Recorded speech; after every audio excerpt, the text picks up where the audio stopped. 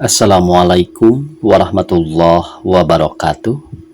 Pamirsa subscriber YouTube Mang Cecep Goro Bacep anu satiasa tuhu manco di mana wae ayana. Dina dangat ayeuna urang neraskeun hanca carpon tina majalah Mangle tahun 1863 nomor 72. Carpon anu beris kapidangkeun dina dangat ayeuna ieu teh pamirsa tina kolom Puriding Puringkak. Judulna nyaeta Nagih Jangji. Yayasanna Ibu Sukaesih Jaya Dilaga. Sumangga supados teu nyangkolong teuing kana waktos. Wilujeng ngadangukeun.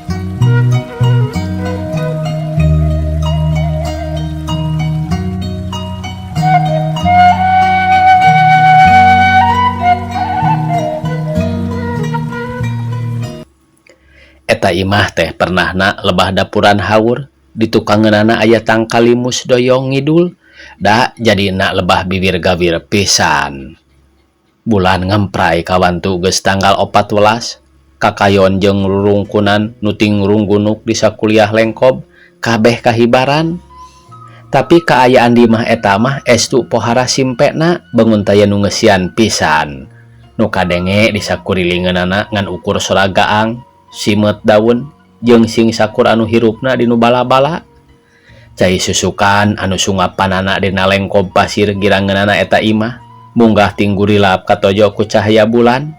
Sorana ting kerelek dina lebah batu-batu pabaur jeung keresekna soradang daunan katebak ku angin peuting.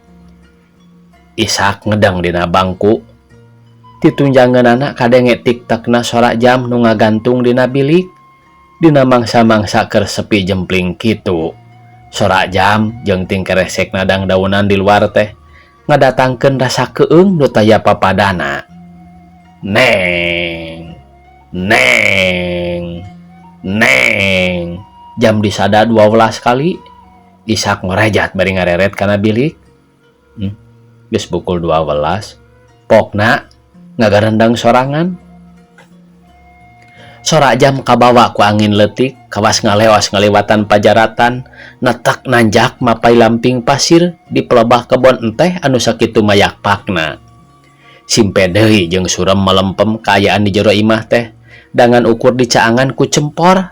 Kitu oge teu weleh kalucas-kalicas deui, diulinkeun ku angin nuting sulusup tina sela-sela bilik. Ret Isa kana meja jeung kursi nu aya di lebah jandela. Parabot nu geus teu puguh rurupaanana eta ge beunang manehna nyieun awahing ku butuh pigeusaneun barang teundeun.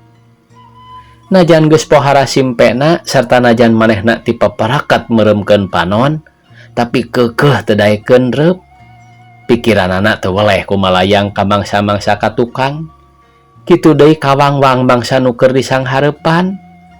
Ras Ishak eling kana kaayaan dirina harita. Ingat kana kahirupan anak sawatara tahun ka tukang tug tepi ka peuting eta. Dirina teh estu nunggelis geus teu indung bapa henteu sanak henteu kadang malah teu baraya-baraya anggang acan ayana di dinya teh. Ti sabarang manehna ditilar ku buah hatena ka alam baka turta buah hatena sasat hiji-hijina jelema pigeusaneun manehna pakumaha atuh nya-nya Ishak teh jadi ngerasa nunggul pinangna. Nya Ishak ngerasa leungiteun ku sagala anu jadi milikna. Ku kituna nya manehna ngahaja ngadon nyaung-nyaung di sisi pajaratan. Maksudna mah sangkan salawasna teu paanggang jeung panutanana nu geus taya di kieuna. Di dinya Ishak nyaung-nyaungna teh di sisi pajaratan makam bebenena. Sababaraha welas taun ka tukang di wewengkon Buni Asih bawahan Sukabumi. Manehna ingat malah moal poho adalah nepi karup ku padungrap ku lemah oge. Mau boleh nyantel dina hatena segala rupa kajadian nu geus kasorang. Nya dina kercaang bulan kitu cara dina peuting harita. Manehna sok diuk rerendengan jeung Imas. Dina catang kai hareupeun imah Imas bari nareuteub bulan nu ngebrak nyaangan sabudeur pakarangan. Duanana geus paraheut janji. Dek babarangan salawasna moal dek pukah dalah nepi ka iraha wae oge moal dek paturai sanajan nepi ka dipundut umurna pisan masing kudunya orang lara tunggara hamo burung di salang harepan. Malah Ishak mah nepi ka papaitan pisan ka Imas pokna teh. Imas, pikeun akang mah batan hirup ngajampana bugang nyang kere miuni bangke seug teu kauntun tipung ka Imas asa leuwih hade raga paturai jeung nyawa. Teu hayang boga jodoh kanulian akang mah iwal ti ka Imas sorangan. Tapi da carek wiwilangana oge hirup mah katungkul ku pati paeh teu nyaho di mangsa. Dina hiji bangsa Imas kata rajang gering parna, malah heuleut 3 poe ti barang brek gering teh manehna nepi ka hanteuna pisan.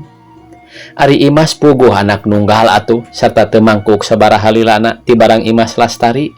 Indung bapana oge narungtutan naluturkeun ka kalanggengan. Tayohna wae duanana oge teu kuat nandangan ka nyeri awahing kaleleban ku anak nungan sasiki-sikina. Ari pikeun Ishak eueuhna Imas teh estu nya-nya jadi cuang cieung. Manehna poekeun lain di kieuna sagala pangharepanana oge dadak sakala runtag. Malah Ishak teh make ngalaman sulang seling nanaon nyorang gering nang tunggalang layung. Tungtungna Ishak lir anu kaancikan ka sakit jiwa. Nya dina hiji mangsa mah manehna ngadegkeun imah leutik di sisi pajaratan teh. Teu sabaraha anggangna ti paesan Imas. Da eta ge nyaung-nyaungna di dinya teh awahing ku hayang padeukeut salalawasna, hayang anggara kalongokan saban waktu, boh beurangna, boh peutingna, mun manehna ngarasa gandrung ka jungjunan nu ninggalkeun mulang ti pawenangan. Atuh da mani teu sirikna unggal poe Ishak sok teu woleh ngajejen tu lebah paesan Imas teh. Tampolana mah nepi ka ngendongna naon. Unggal sore manehna sok anggar ngembang bari ngepretkeun minyak seungit nu sok biasa dipake ku Imas dina keurna hirup keneh. Ku mindeng-mindengna nuguran antukna mah awak Ishak jadi ngararas garing da kapoe ka ibun. Tapi ceuk kolot jelema teu welehkeun ku awah gingsir. Sarta hal eta teh kaalaman pisan ku Ishak sorangan. Ishak nyorang hiji robahan nu pohara gedena. Sanggeus meh 2 tahun nilana jadi patunggon paesan bebenena. Hiji robahan nu nimbulkeun hiji kajadian nu serem deui ku Ishak karasa sarta manehna ge eling yen saenyana mah nya robahan eta pisan anu ngalantarankeun manehna. Peuting harita batan sakitu marudahna teh ras deui Ishak ka alam-alam ka tukang kamangsa-mangsa anu geus meh 2 tahun sirna. Waktu manehna masih keneh rerendengan jeung Imas, mangsa-mangsa nu ceuk pangrasana estu pohara kareueutna. Manehna kungsi ngedalkeun janji anu sakitu paheutna yen moal kagendam deui ku awewe sejen dalah nepi karup ku padung rap ku lemah oge. Tapi dalah dikumaha wae oge lobahan anyarna dirina teh tetela gede pisan pangaruhna. Awakna anu tadina geus rangkebong siga rorongkong teh jadi pulih deui lingsig kawas baheula bihari. Panona cahayaan serta katembong sorot sinar nu ngandung karep hirup. Tapi peuting harita waktu bulan ngebrak dumeh tanggal 14 Ishak marudah lain di kieuna hatena teu daekeun tentrem ratug tutunggulan jeung dadak sakala rusras ting sareblak rea nu kapieling. Geus pukul 12 pokna deui cara tadi pikiranana beuki kusut awakna ngalaleper. Setengah jam deui oge manehna tangtu datang nemonan aing. Imas teh sok datang unggal tanggal 14 nyamperkeun bebereuh anu sakitu satiana. Angger datangna teh sok dina pukul 12:30 dina keur sisimpena. Tarabung keulekan ngan sok hadenge sorana wae. Gerak-gero ti luar ka manehna, sora nu empuk halimpu ngedalkeun kecap-kecap nu ilahar diusapkeun basa masih keneh aya di kieuna 2 tahun ka tukang. Sok teu weleh diarap-arap sama meh peuting harita mah eta sora teh malah kahayang namah kudu kadenge saban peuting. Tapi peuting harita dina geus santek pisan ka waktuna datang manehna bet jadi tagiwur teu puguh. Awakna ngalaleper sarta tuurna nyorodcod. Najan can ngong kadenge sora bebenena. Tapi anu geus biasa kadenge saban tanggal 14 tengah peuting teh harita ge munggah ting jelengeng dina ceulina. Kang Ishak, Kang Kang Ishak, Imas nungguan di kalanggengan, nungguan nepi Kang Ishak mulang kalawan sampurna. Biasa deui sora Imas teh tina eces beuki lila beuki hawar-hawar, prai wae mencar kabawa ku angin peuting sarta puyar palebah samoja nu ngaroyom kana paesan Imas. Ishak beuki ngarasa keung lain di kieuna, awakna beuki ngalaleper ting sariak sakujur badana. Kesang tiis munggah ngucur jaba bulu punduk ting puringkak, tuurna beuki nyorocod jeung gado noroktok kawas nu kabulusan. Tuda peuting harita mah lamun seug datang teh Imas pikeun manehna teu bina ti hiji ancaman. Sora Imas nu biasana diarap-arap teh jadi pohara ngagangguna kana jiwana, malah kahayang mah tong teuing datang deui. Tapi kudu madakan deui dina bulan eta mah sora Imas teh geus timangsa pananggalan mula teu weleh kadenge. Geus 2 minggu teu weleh nyamperkeun, gegeroan ngucapkeun kecap-kecap anu angger wae unina teh, nyebutkeun yen manehna teu weleh nungguan mulangna Ishak ka kalanggengan bari nyabit-nyabit janji bihari. Memang aneh kawas nu nyaho kana sagala hal anu kalampah ku diri Ishak, kawas nu salawasna teu weleh ngintip ngukuntit sieun dipang nyolowedorkeun. Beuki deukeut ka waktuna Imas datang, Ishak beuki ngarasa pohara hareurina hirup di dunya teh. Manehna asa beuki ngarasa dosa ka Imas dumeh teu bisa nohonan janjina, janji anu dikedalkeun 2 tahun ka tukang. Ku kituna sanggeus kadenge jam disada 12 kali teh awakna beuki ngalaleper, kasieuna beuki rosa, sakujur awakna mani jibreg. Jeung kudu madakan deui sorena manehna bet poho teu ngembang-ngembang acan saperti sasari. Ishak teh geus pasini deui jeung hiji mojang lantaran beuki dieu beuki kapikir yen taya gunana nyantel wae kanu geus paeh. Bet kawas di dunya taya di awewe sejen. Sabulan ka tukang Ishak papanggih jeung hiji mojang. Imahna teu sabaraha anggang ti tempat manehna nyaung-nyaung. Anak kuncen kuburan eta pisan ari ngaranna Resmini. Papanggihna teh biasa, papanggihna teh basa Ishak nganjang ka imahna. Kabantu kapikir teh hade boga tatangga ngan hiji-hijina ari heug bet siga teu wawuh-wawuh acan. Teu disangka ti anggalna waktu manehna keur tamu kurunyung Resmini mawaci kopi jeung ngalawuhna, belum sampe katut gula gunung meunang ngurud. Ret Ishak neuteup kanu nyuguhan nya kitu deui Resmini. Sajongjongan duanana pating haruleng, hatena pating sareblak. Angot Resmini mah datang ka eceuy beungeutna tina ngarasa era jeung kasima. Barang rek nyodorkeun susuguh ngarandag heula tur ta leungeunna ngadegdeg nepi ka cikopi nu keur dicekel ngeplok kana sama. Lamun teu kaburu kagabah ku pakuncen mah dititah nyerebet cai anu ngalungkrah, manehna teh kawas kana terus wae ngajengjen beri ngembang kadu. Sakedet netra oge Kama jeung Ratih geus nembongkeun pangawasana, ngulinkeun panah agemanana. Ishak jeung Resmini geus pakait atina silih teundeun katineung sapada harita keneh.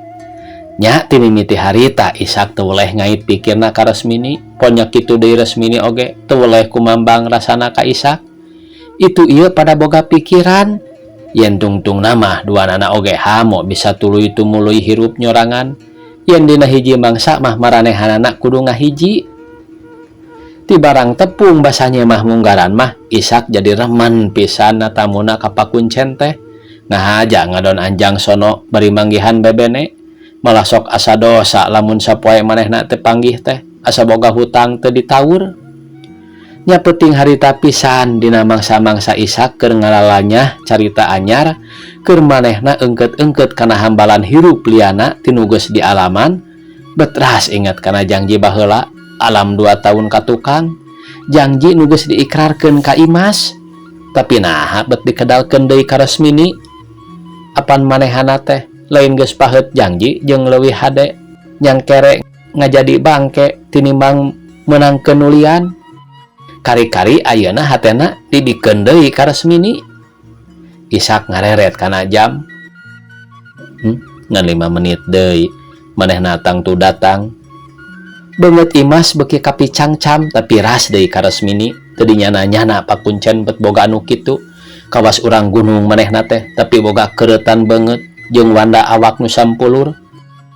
Istu gelis bawana ngajadi kitu cek pamikirna.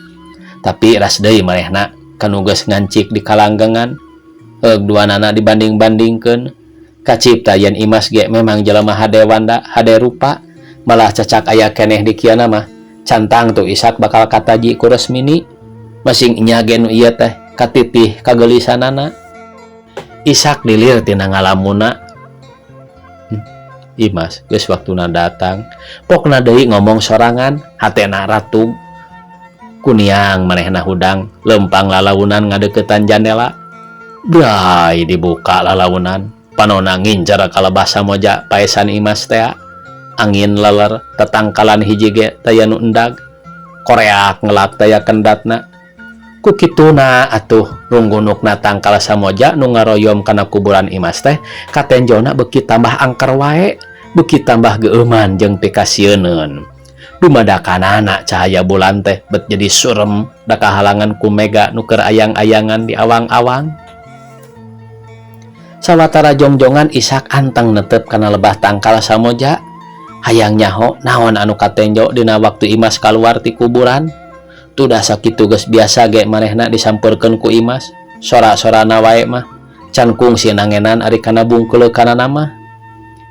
Ishak memang ngarasa sieun jeung keung lain di kieuna harita teh tapi keukeuh hatena mah ngarasa panasaran. Ku kituna dalah bari tuur nyorocod serta awakna ngalaleper teu burung manehna maksakeun maneh mencrong kalebah tangkal samoja da tidinya cenah Imas bakal kaluarna teh saterusna datang nyamperkeun bari gegero cara sasari. Sakuriling bungking beuki jempling simperehet tayapi basaeunana teu mangkuk sabaraha lilana Ishak nangenan hiji hal anu kakara katenjo satungtung manehna kumelip di alam dunya. Tina paesan Imas teh palentung wae aya haseup ngelun mimitina mah leutik ngacir nanjeur kaluhur sagede curug sanggeus kira-kira satangtung jelema dewasa haseup teh ngapuis jeung ngagedean rupana ge robah ngabelegedeg nepi ka blag wae kujur manusa nu nangtung bari dikarudung ku lawon bodas. Manehna ngalengkah lalaunan bari siga nu nyuai-nyuaikeun dahan samoja nu ngahalangan jajalaneunana. Koreak satodoraka beuki kokoceakan si It uncuing jejeritan jeung bajuid si manuk jurig teu eureun-eureun disada kawas ngajurung laku kana awak-awakan nu harita rek ngajuringkang. Angin ngahiliwir nebak deui kana tatangkalan jeung rurungkunan sing sakur anu katiup aroyag kabeh. Angin teh nebakna meuni lempeng kalebah jandela siga-siga nuduhkeun jalan kanu dek lumampah. Jirim anu dikurudung bodas teh mimiti usik terus lempang nyamperkeun kalebah jandela Ishak nu geus ngahaja dibuka teh lengkahna ngangkang teu napa kana lemah. Ishak undur-unduran tuurna beuki nyorocod panona mencrong kanu jujuringkangan antara remeng-remengna sinar bulan saluar awak jibreg ku kesang tiis. Keur kitu hiuk angin rada tarik cempor kakali cesan malah tungtung nama pas wae parem. Atuh di jero imah teh meuni meredong poek teu awas curug-curug acan. Cahaya bulan nu rumeuk aya oge tulungna da meja jeung kursi paranti barang teundeun teh teu burung katenjeun ku manehna remeng-remeng wae mah. Angin reureuh teu nebak cara tadi kaayaan jadi pohara simpena pelenghir ku manehna kaambe seungitna rampe nyambuang minuhan liang irung. Kodoh mahang aya ramo raranggoas uyup ayap kana jandela rupana bodas kawas kapas beunang meteng tinggurilap da katojo ku sinar bulan nu kabeneran ngempray da megana geus nyalingrai. Ramo raranggoas teh beuki tetela katenjona teu kungsi lila palangseng deh kaambeun seungit menyan meuni meleber angin-anginan. Si Ramo bangun ngarawel karena erang-erang jandela kawas neangan pun tanganeun. Teka nyahoan kumaha ku Ishak dajol blag wae rupa Imas teh si dikatenjoeun ku manehna rupa Imas nu teu dipikeun sasieur jeung kaayaan anak dina 2 tahun ka tukang zaman maranehanana sok ngaralong bari naranggap bulan di awang-awang. Lakatay Ishak ngarasanah nai leuleus alabatan kapuk ka ibunan barang mireungeuh Imas ngajunggereng deui jasmanina teh. Teu mangkuk sababaraha lilana ti harita ngong deui eta jirim teh nyohara pokna. Kang Ishak, Imas dek nagih janji bihari rek menta subaya baheula nu kungsi dikedalkeun ku Kang Ishak ka Imas. Nah eta janji teh bet dikedalkeun deui kanulian. Eta mah atuh janji sagawaya pasini tanpa pamikir. Asal wae ngomong dapon dipercaya. Anak kitu mah omongan lalaki teh nya-nya kosong molongpong. Janji tanpa eusi, catur tanpa bukur. Horeng eta letah teh bet leuwih mati batan peurah oray. Ayeuna kapaksa Imas nagih janji anu mimiti. Jak wae sora Imas teh jempe. Kujur awakna robah dadak sakala nu tadi gamuleng tegep teh bet jadi rangkebong mangrupa tulang taleng make bubungkus bodas. Beungeut nu nyari ngeusi jadi karemong, panonna nu herang cahayaan jadi ngelok ka jero nyerotkeun sinar nu hejo semu-semu bulao. Teu beda ti mata ucing dinu poek. Teu lila kadengieun Imas seuri nu mata kukurayeun tea metak ting puriding bulu punu.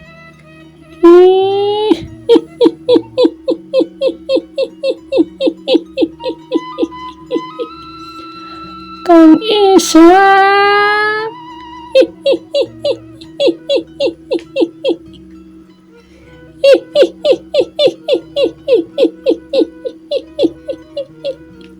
Teu kanyahoan kumaha jalana Imas geus aya di jero imah nyang hareup ka Ishak. Leungeunna ngaragaman.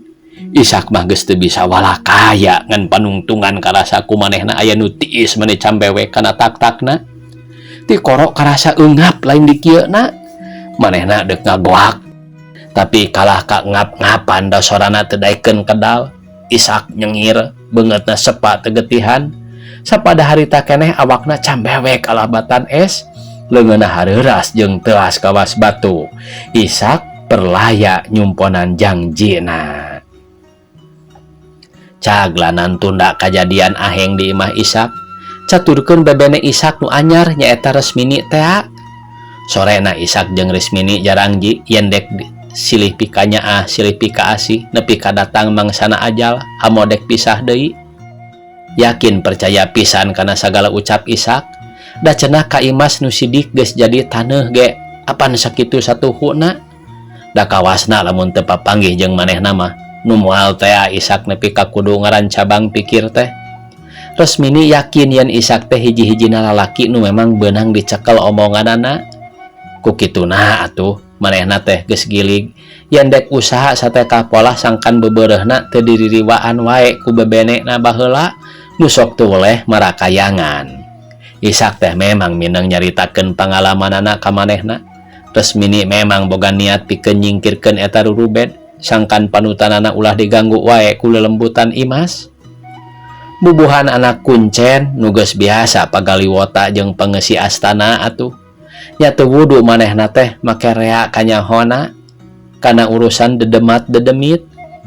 Ludeungna ge hese pisan pitandingeunana angot lamun ngingetkeun yen manehna pangawakan awewe mah. Harita ge waktu Ishak balik tas ti imahna Resmini teu talangke nyokot botol. Terus wae nuturkeun Ishak, tapi Ishak mah teu nyahoeun da inditna ge kekelemetan. Sanggeus kira-kira kahalangan ku 7 kuburan ti pelebah paesan Imas manehna ngarandeg terus nyalingker dinu suni.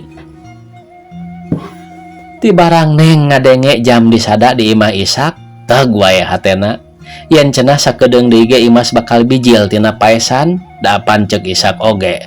Ngagarwanana teh sok pukul 12:30. Waktu haseup nu ngeluun geus ngajuringkang.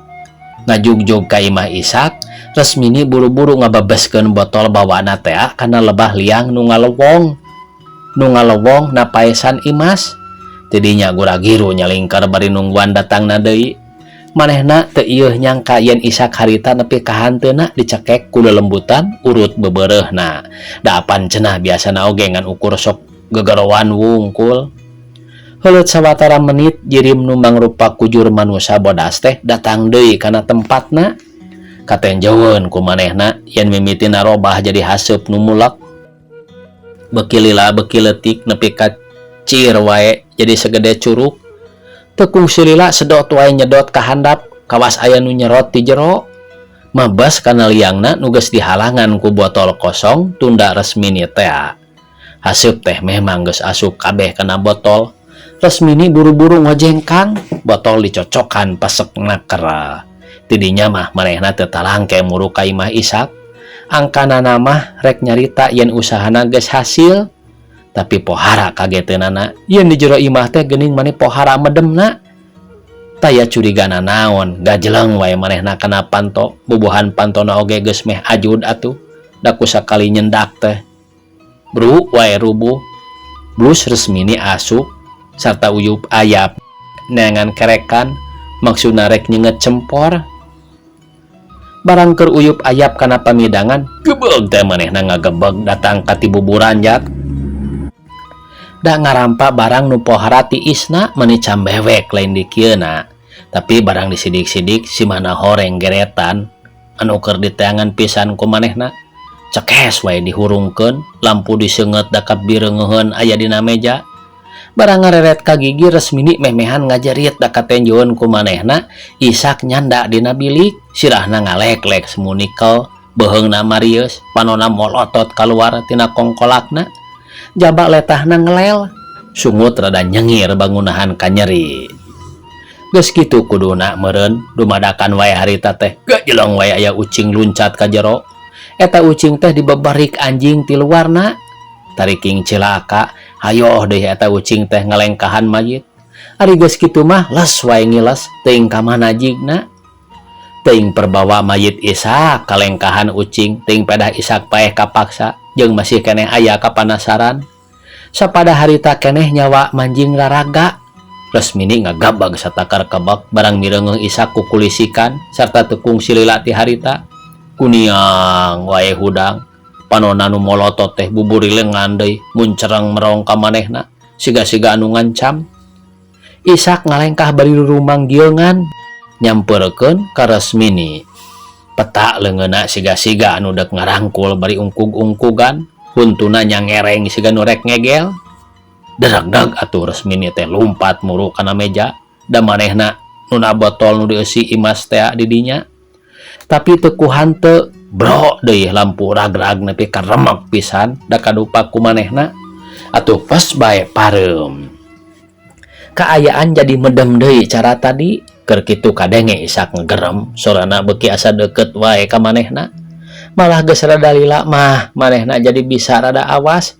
Katambah cahaya bulan oge aya tulungna. Kabireungeun ayeuna mah juringkangna Ishak teh, huntuna beuki nyangereng, leungeunna angger ranggah. Deragdag wae Resmini muru ka lawang, gajeleng luncat keluar. Terus lumpat meni notog-notogkeun maneh. Tapi Ishak terus wae nuturkeun. Langit dumadakan jadi angkep medad pinuh ku pihujaneun. Kawas nganter kana karep jurig bungkeulekan. Teu lila ger hujan ngegebret meni kawas beunang nyicikeun ti langit. Tincakeun beuki teu katenjo meus-meus acan jeung jadi pohara leueurna deui da Resmini ge nepi ka ti soledatna pisan. Bru wae labuh. Sawatara jongjongan lilana manehna kusah kose hese hudang. Tapi barang ret ka tukang katenjoeun Ishak geus beuki deukeut. Atuh manehna maksakeun maneh hudang, dereng-deng deui lumpat sabaelong bentor. Tapi da manehna teh pengawakan awewe atuh turug-turug lumpat keur aya nu dipikasieun pekaayaan sakitu medemna. Resmini najong tutunggul tarik nakar, sukuna datang ka jantowor sampingna soek ngangkarawak. Tapi botol lamah keukeuh dikekeweuk. Najan lengkahna digugusur jeung nyeri lebah nu jantoworna teh, tapi teu dirasa ieu, malah teu kangeun ieu yen getihna ulah weran. Nu ngudag jeung nu diudag sarua pada tarik lumpatna. Palebah tangkal samoja nu pernahna dina hunyur, kakara manehna ngarasa yen bohak dina sukuna teh parna. Karasaeun beuki nyeri jeung peurih lain memeueusan. Tanagana geus mimiti hengker, hese dek ngelengkah-lengkah acan. Tungtung nama manehna ngajangjan bari muntang kana dahan samoja. Ngan barang ret ka tukang Ishak geus deukeut pisan. Anggangna ti manehna teh kira-kira 4-5 lengkaheun deui. Panona beki moncorong mencrong ka Resmini, leungeunna geus ngaragahamang bangun sagabrug-gabrugeun rek ngerweg. Teu antap parah deui keleweng habek wae manehna meledogkeun botol nu deusi lelembutan Imas teh. Meneran kana palipisan Ishak, pro wae peupeus. Tina botol eta teh aya nu kaluar mimitina getih garing ngaguruntul sagede muncang gendul, ragrag kana taneuh, peledug wae haseup ngelun. Geus kitu mah les wae leungit teuing ka mana losna. Resmini ngajarit, les wae manehna kapaehan. Ishak ngarontok tapi teu beunang da kaburu kapaehan teh. Bubuhan can nepi ka waktuna meureun aya-aya wae pitulung teh. Ku kersana nu maha kersa barang pisan jeung gabrugna Ishak basadek ngarontok Resmini beranyai culuger wae gelap nyambar ka lebah dinya pisan tangkala samoja rubuh malah nepi ka tutungna. Ishak kahebos nepi kameh geseng bro wae ragrag ninggang kana awak Resmini nu meh teu empes-empes kapaehan. Waktu Resmini ngajerit rek dirontok ku Ishak teh kabeneran pakuncen ngaliwat ka lebah dinya. Atuh gura-giru manehna muru kanu ngajerit da apaleun kana suara anakna. Ari jol ari kabireungeuh wae yen Resmini ngalempreh dina handapeun tangkal samoja nu geus rungkad jeung tutung.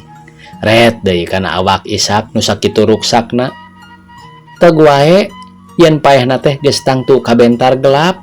Ari Resmini mah cenah ukur kahebos tayohna rewaseun ku beledagna gelap. Sanggeus mawa Resmini ka imah pakuncen terus wae mulasara mayit Ishak dikurebkeun age lebah tangkal samoja nu kabentar teh. Tapi sabot pakuncen mulasara layon Ishak, Resmini eling tina kapaehanana, bohak dina suku karasana geus teu pati nyeri teuing datas diubaran ku bapana. Tapi awakna masih keneh pohara lungsena, urut lulumpatan basa dibeberi ku jurig bungkeulekan jeung loba teuing getih nu kaluar. Keur kitu ras deui manehna ingat kana kajadian anu anyar kaliwat. Teu talangke deui korejat wae hudang bari bibiri gidigan. Da teu boleh kawang-wang rurupaan Ishak anu sakitu pikasieunana. Ras deui kana lelembutan Imas nu tadi geus kacangking di wadahan dina botol, bet hayoh dipake maledog Ishak nepi ka remukna pisan.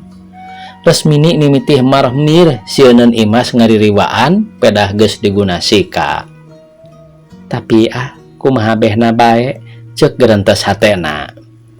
Teu sulaya tina sangkaanana keur gegerendengan sorangan kitu teh pelentung wae aya haseup ngelueun. Kaluarna tina liang kunci mimiti mulek leutik ngacir segede liang nu dipake jalana. Tungtungna mah nya belegedeg wae tangtungan jelema. Ngan dikurudung ku lawan bodas jeung awakna pohara rang kebongna. Belag wae rorongkong, pipina karemong sarta panona ngelok ka jero. Sinar matana nyorot cara basa datang ngarah Ishak teh. Teteh anu kabireungeuh di paesan Imas teh cenah ceuk dina hatena. Tekung sirila eta jirim teh leumpang siga nu nyamperkeun ka manehna, tapi sukuna teu napak kana tincakeun. Leungeunna nu raranggoas ranggah bangun dek ngarontok. Resmini rewas lain dikieuna. Beungeutna jadi sepak kawas teu getihan, tapi dadak sakala harita mah manehna teh bet ingat kana ayat kursi. Cenah mah pohara dipika gigisna ku bangsa dedemat-dedemit jeung jurig-jurig. Barabat wae manehna mapatkeun ayat kursi ditema ku surat Yasin nepi ka meunang 2-3 balikan. Aneh, sapada harita keneh nu keur ngajuring kang teh ngarandeg siga nu pupuringisan. Sawatara jongjongan dilana eta awak-awakan teh teu usik teu malik kawas arca wae. Tapi tekung silila ti harita bet beki sidik dina panenjau Resmini tulang taleng teh nguruk-uruk maruragan kana palupuh. Sabuku-bukuna lalocotan. Geus kitu mah les wae leungit kariboehna wae ngalumbruk dina palupuh lebah urutna nangtung. Panungtungan samemeh ngilas kadehnya sora nu ngajerit maratan langit. Ditema ku koceak nu matak ting saria kana awak. nu ngadenge kana awak nu ngadenge. Akhirna mah jep wae jempe taya pisan sora nu kadenge jempling di sakuriling bungking sawatara lila nama. Hawa peting beuki nyecep karasana munggah ting sulusup kana sungsum balung anu nyaksian kajadian aheng dina peting harita. Tamat cenah ieu pamiarsa carpon tina kolom puriding puringkak anu judulna Nagih Janji. Sakitu anu tiasa kapihatur. Wassalamualaikum warahmatullahi wabarakatuh.